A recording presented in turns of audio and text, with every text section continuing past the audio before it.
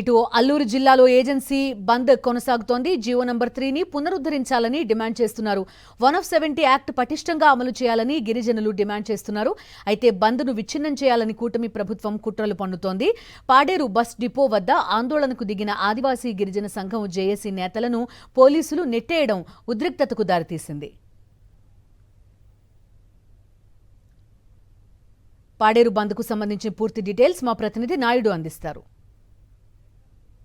గిరిజనులు తమ హక్కుల కోసం, తమ చట్టాల కోసం చేస్తున్న పోరాటానికి పాడేరు పట్టణ ప్రజల నుండి విశేషమైన స్పందన లభిస్తుంది. తమ చట్టాలను పటిష్టంగా అమలు చేయాలని జీవో నెంబర్ 3ను పునరుద్ధరించాలని చెప్పి ఈరోజు ఏజెన్సీ బంద్కు గిరిజన ఆదివాసీ సంఘాలు పిలుపునిచ్చాయి. ఈ మేరకు పాడేరు పట్టణంలో బంద్ ప్రశాంతంగా కొనసాగుతుంది.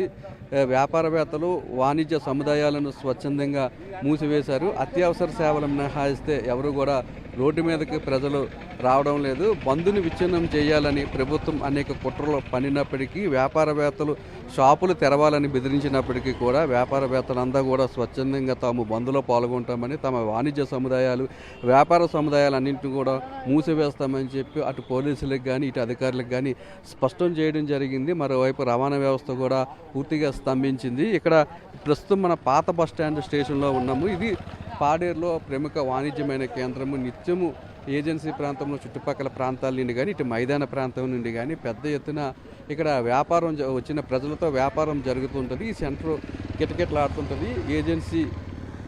ఏజెన్సీలో ప్రధాన వాణిజ్య కేంద్రమైన పాత బస్టాండ్ ప్రస్తుతము బంద్ నేపథ్యంలో బోసిపోయింది. ఇక్కడ జేఏసీ నేతలు మినహాయిస్తే తప్ప ఎవరు కూడా రోడ్ల మీద కనిపించిన పరిస్థితి నెలకొంది. మరోవైపు పోలీసులు మాత్రము ఆర్టీసీ బస్టాండ్ దగ్గర జేఏసీ నేతలు చేస్తున్న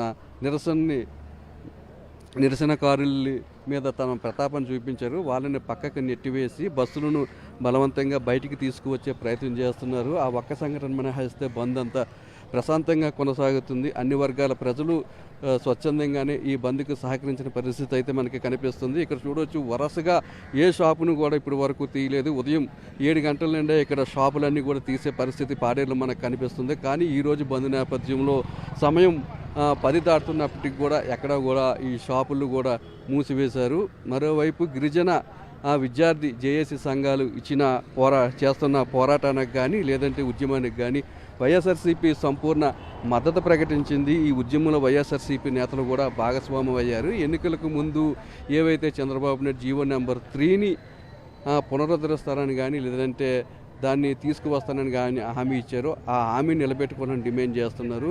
గిరిజనేతరుల పెత్తనం ఏజెన్సీ ప్రాంతంలో పెరిగిపోయిందని, అది అలాంటి పరిస్థితి లేకుండా ఉండాలంటే 1/70 యాక్ట్ను పటిష్టంగా అమలు చేయాలని చెప్పి గిరిజనులంతా కూడా డిమాండ్ చేస్తున్నారు. మరోవైపు బాక్సైట్ తవ్వకాలకు అనుమతులను ఇవ్వరాదని చెప్తున్నారు. గతంలో గిరిజనులకు ఏదైనా మేలు జరిగిందంటే మాజీ ముఖ్యమంత్రి వైఎస్ జగన్మోహన్ రెడ్డి హయాంలోనే జరిగిందని చెప్తున్నారు. చంద్రబాబు నాయుడు సీఎంగా ఉన్న సమయంలో జీవో నెంబర్ 97ను బాక్సైట్ తవ్వకాల కోసం జీవోని విడుదల చేశారని, కానీ జగన్మోహన్ రెడ్డి అధికారంలోకి వచ్చిన తర్వాత ఆ జీవోను పూర్తిగా ఉపసంహరించుకున్నారని, అభివృద్ధి పరంగా కానీ సంక్షేమ పరంగా కానీ ఏజెన్సీ ప్రాంతానికి కానీ గిరిజనులకు కానీ మేలు జరిగిందంటే అది ఒక వైఎస్ జగన్మోహన్ రెడ్డి హయాంలోని చెప్పి ఇక్కడ గిరిజనులంతా కూడా గుర్తు చేసుకుంటున్నారు. ఏదేమైనప్పటికీ కూడా తమ హక్కుల కోసము గిరిజనులు కానీ ఆదివాసీలు కానీ చేస్తున్న ఈరోజు బంద్కు ప్రజల నుండి స్వచ్ఛందంగా మద్దతు లభించిన పరిస్థితి అయితే మనకు పాడేరులో కనిపిస్తుంది. కేవలం ఒక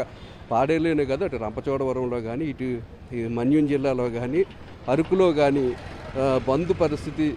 బంద్ విజయవంతమైన పరిస్థితి మనకి స్పష్టంగా కనిపిస్తుంది. మరోవైపు పర్యాటక కేంద్రాలను కూడా మూసివేయడం జరిగింది. అనుకున్న స్థాయిలో బంద్ విజయవంతం అవడం పట్ల గిరిజన ఆదివాసీ సంఘాలు కూడా సంతోషాన్ని వ్యక్తం చేస్తున్నారు. ప్రజలు మద్దతుతోనే ఈ బంద్ విజయవంతమైందని అభిప్రాయాన్ని వ్యక్తం చేస్తున్నారు. కెమెరామెన్ శంకర్తో నాయుడు, పాడేరు నుంచి. మరిన్ని అప్డేట్స్ కోసం ఛానల్ను సబ్స్క్రైబ్ చేయండి. నోటిఫికేషన్స్ కోసం బెల్ ఐకాన్ పై క్లిక్ చేయండి.